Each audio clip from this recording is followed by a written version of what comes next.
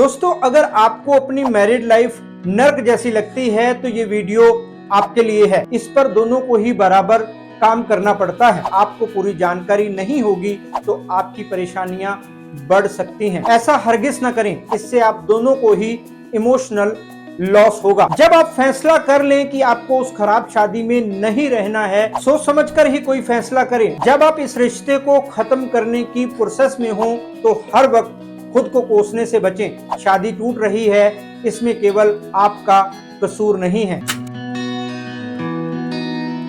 दोस्तों, अगर आपको अपनी मैरिड लाइफ नर्क जैसी लगती है तो ये वीडियो आपके लिए है। अक्सर लोग शादी को तब खराब मानते हैं जब पानी सर से ऊपर निकल जाता है।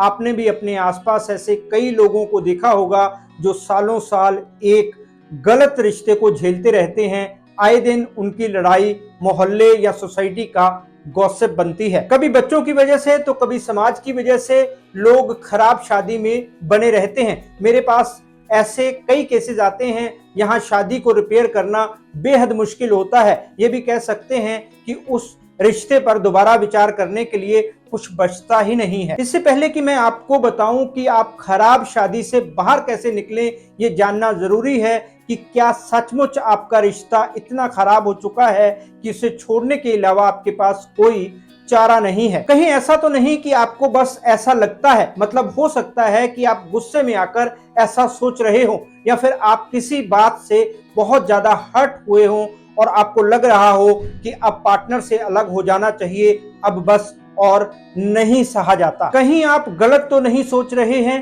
हो सकता है कि रिश्ते में थोड़ी गुंजाइश बची हो, रिश्ते को रिपेयर करना आपके हाथों में हो। अगर जरा सा भी शक हो तो दोबारा जरूर सोच लेना चाहिए। कई बार एक अच्छा भला रिश्ता गुस्से में लिए गए किसी फैसले की भेंट चढ़ जाता है। इसलिए पहले ये सोच लें कि आपका रिश्ता सचमुच खराब है या नहीं। जब आप पूरी तरह सोच लें, सारे पहलुओं पर गौर कर लें और फिर भी आपको लगे कि आपको उस रिश्ते में नहीं रहना है, तो मैं आपको बताता हूं कि आपको उस खराब रिश्ते में से निकलते समय किन बातों का ध्यान रखना चाहिए। मैं आपको ऐसी 5 बातें बताने जा रहा हूं जिनसे आपको शादी तोड़ने के प्रोसेस में आसानी होगी। तो आइए जानते हैं क्या हैं वो खास 5 बातें। नंबर 1, क्या आपको पता है कि शादी से बाहर निकलने के लिए आपके अधिकार क्या हैं? अगर नहीं तो पहले अपने अधिकारों को अच्छे से समझ लें। अगर जरूरत पड़े तो किसी एक्सपर्ट की सलाह ले सकते हैं, लेकिन याद रखें, अगर आपको पूरी जानकारी नहीं होगी तो आपकी परेशानियां बढ़ सकती हैं। एक बात जिसको आपको सबसे ज्यादा ख्याल रखना है वो ये है कि आप अपनी शादी तोड़ रहे हैं, कोई युद्ध नहीं लड़ रहे। यहाँ पर हार जीत का सवाल हो। पार्टनर के साथ कंपटीशन करने का ख्याल दिमाग से निकाल दें, ऐसी बातों में कुछ नहीं रखा। अतुल सुभाष का केस हम सब ने देखा है। अपने अधिकारों का गलत फायदा उठाने का क्या हश्र होता है, ये हम सब ने देखा है। इसलिए शादी को तोड़ते समय अपने अधिकारों का इस्तेमाल करें, लेकिन दूसरों को परेशान करने के लिए नहीं। याद रखें, ये वही पार्टनर है जिससे कभी आपको प्यार हुआ था। आपने साथ में कई साल बिताए हैं, अच्छा बुरा वक्त झेला है, तो अब अचानक से उसे दुश्मन न समझे। हाँ, एक्सट्रीम केसेस की बात अलग है। आपको गलत सलाह देने वाले कई लोग मिल जाएंगे, लेकिन आपको उस रास्ते पर नहीं चलना है। कहीं वाइफ हस्बैंड पर ऐसे इल्जाम लगा देती है जो बिल्कुल बेबुनियाद होते हैं, तो कहीं हस्बैंड वाइफ का कैरेक्टर खराब बताकर केस जीतना चाहता है। ऐसी बातों से दोनों का ईगो हर्ट होता है, फिर दोनों में रेस लग जाती है जिसे दोनों ही साम दाम दंड भेद से जीतना चाहते हैं। ऐसा हरगिज ना करें, इससे आप दोनों को ही इमोशनल लॉस होगा।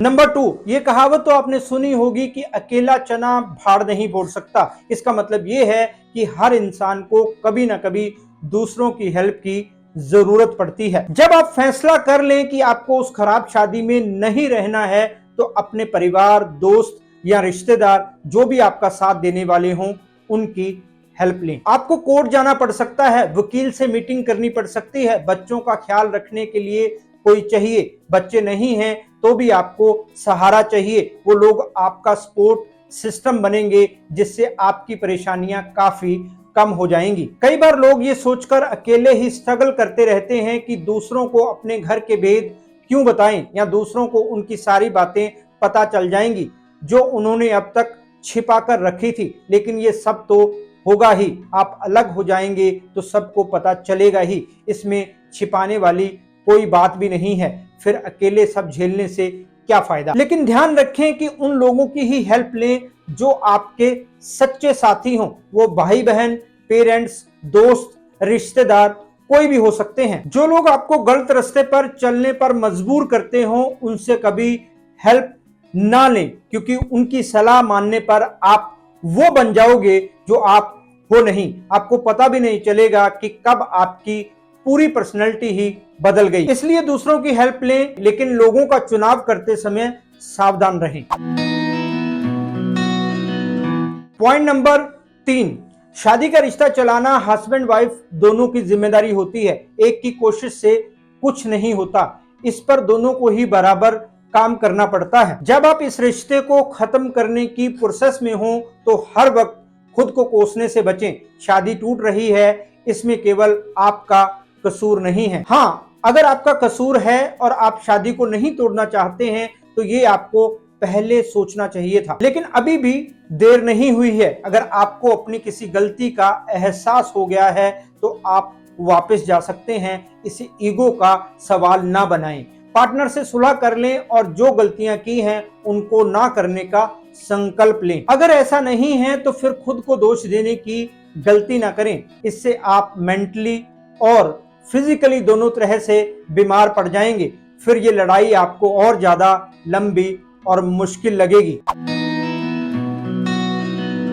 पॉइंट नंबर 4, अगर पार्टनर के घर वाले, रिश्तेदार या दोस्त आपको ताने देते हैं तो उनको साफ बता दें कि आप ऐसा कुछ नहीं सहेंगे। चाहे शादी को तोड़ने का फैसला दोनों का है या फिर सिर्फ आपका, किसी को हक नहीं है कि वो आपको बातें सुना सुनाकर परेशान करे। कोई कुछ भी कहे तो उसे सहने की बजाय पहले ही टोक दे। या फिर अगर कोई आपको मनाने की कोशिश करता है कि आप अपने फैसले को वापस ले लें तो ऐसा किसी दबाव में आकर बिल्कुल ना करें। सोच समझकर ही कोई फैसला करें। लोगों से तंग आकर अपना विचार ना बदलें, वरना आप खुद को फिर वहीं खड़े पाओगे। पॉइंट नंबर 5, ज्यादातर शादियों में बहुत सारे लोग शरीक होते हैं, लेकिन जब कहीं कोई शादी टूटती है तो लोगों को उसे अकेले ही भुगतना पड़ता है। आपके साथ भी ऐसा हो सकता है। दोस्तों, आपको अपनी शादी तोड़ने की प्रोसेस में किन बातों का ख्याल रखना है, इसके लिए 5वां और आखिरी सुझाव है कि आपको घबराना नहीं है। आपके रास्ते में बहुत सारी पारिवारिक, सोशल और कानूनी अड़चनें आएंगी, लेकिन आपको उन्हें बहुत समझदारी से पार करना है। हो सकता है कि आपका परिवार आपके फैसले से खुश ना हो और आपसे बातचीत करना ही बंद कर दे। रिश्तेदार भी ऐसा कर सकते हैं, दोस्त भी आपसे दूर हो सकते हैं। लेकिन आपको अपने ऊपर इन बातों का असर नहीं होने देना है। तकलीफें तो हर काम में आती हैं, रिश्ता तोड़ना तो और भी मुश्किल काम है। इस प्रोसेस में जाने कितने साल लग जाएं, इसलिए बिना परेशान हुए डट कर सबका मुकाबला करें। तो ये थे 5 पॉइंट जिनको अपनाकर आप अपने इस प्रोसेस को आसान बना सकते हैं। दोस्तों, आपकी लाइफ को बेहतर बनाना मेरा मिशन है। आपके कोई सवाल हो तो आप कमेंट करके पूछ सकते हैं, मैं जवाब देने की पूरी कोशिश करूंगा। आपको ये वीडियो कैसा लगा कमेंट में जरूर बताएं। अगर आप चाहते हैं कि मैं किसी खास टॉपिक पर वीडियो बनाऊं तो कमेंट करें। मैं और मेरी टीम उस विषय को शामिल करने की हर संभव कोशिश करेंगे। तो मिलते हैं एक और मजेदार वीडियो में। तब तक अपना ख्याल रखें, खुश रहें, मस्त रहें। जय हिंद। डिटेक्टिव गुरु